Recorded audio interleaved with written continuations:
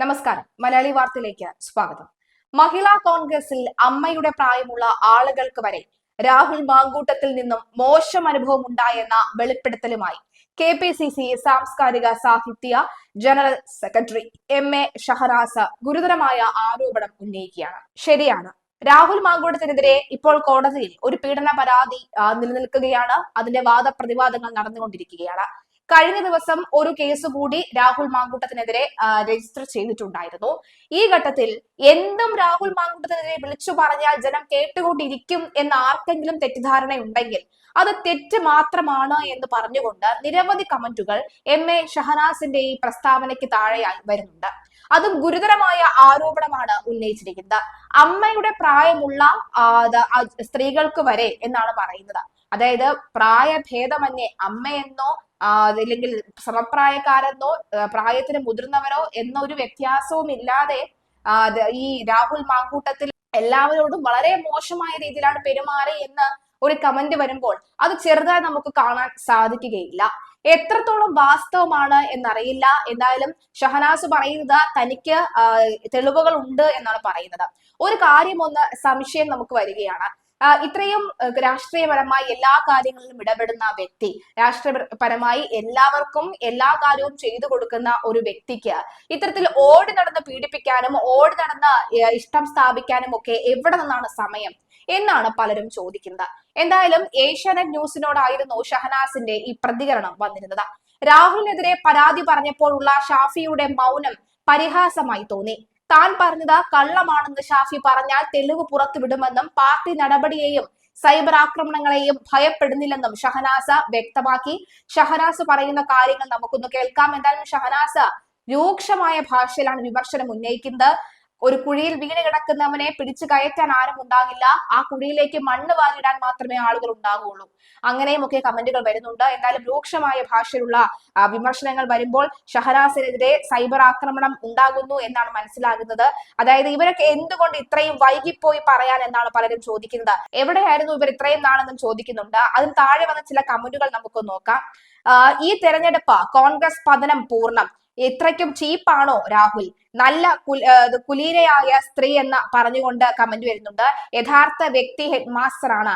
തോന്നിയ പോലെ നടക്കുന്നവരെ ചുമക്കാൻ ഷാഫി കിട്ടൂല, ഷാഫി ഉയർ എന്ന് പറയുന്നവരുണ്ട്.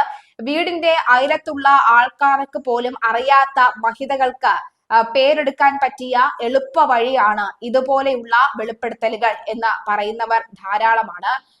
മാത്രവുമല്ല, നിങ്ങൾ മറ്റ് അതിജീവിതകൾക്ക് ഊർജവും ആത്മവിശ്വാസവും പകരണം.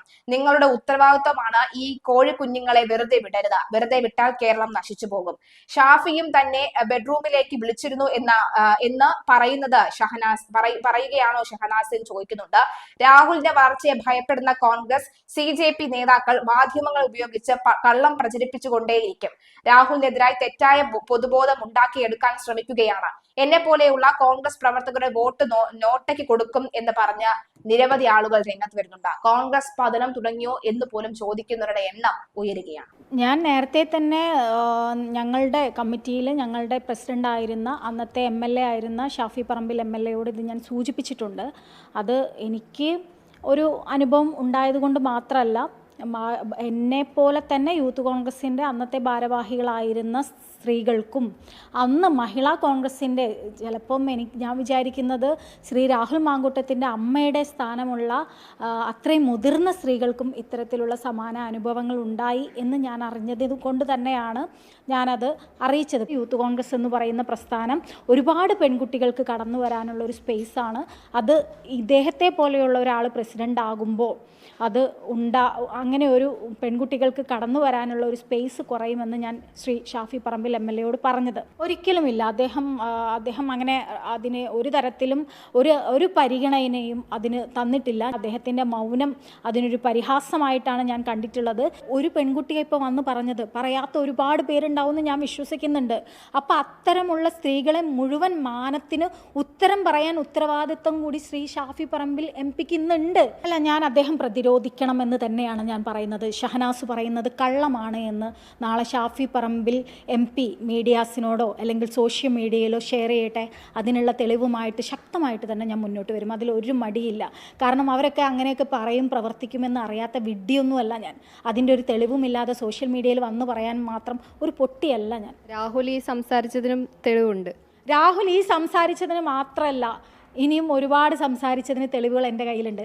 ഇപ്പോൾ എന്നെ സോഷ്യൽ മീഡിയയിൽ എന്നെ വളരെ മോശമായിട്ട് പറഞ്ഞുകൊണ്ടിരിക്കുന്ന രാഹുൽ മാങ്കൂട്ടത്തിൻ്റെയും ഷാഫി പറമ്പിൽ MP-യുടെയും ആളുകൾ ഉണ്ടാവാം. പക്ഷേ അതെന്നെ ഭയപ്പെടുത്തുന്ന ഒന്നല്ലാത്തത് ഞാനിത് അതിജീവിച്ച് വന്ന ഒരാളായതുകൊണ്ടാണ്. ചിലപ്പോൾ എൻ്റെ രാഷ്ട്രീയ പാർട്ടിയിൽ നിന്ന് എന്നെ പുറത്താക്കുമായിരിക്കാം. എന്നിട്ട് പോലും ഞാനൊക്കെ ഇത് പറയുന്നുണ്ടെങ്കിൽ ഒരു സ്ത്രീപക്ഷം കൂടെ ഉണ്ടാവണം രാഷ്ട്രീയങ്ങൾക്ക് അതീതമായിട്ട് എന്ന് ഉറച്ച വിശ്വാസം അല്ലെങ്കിൽ ഉറച്ച ആഗ്രഹമുള്ളതുകൊണ്ടാണ്.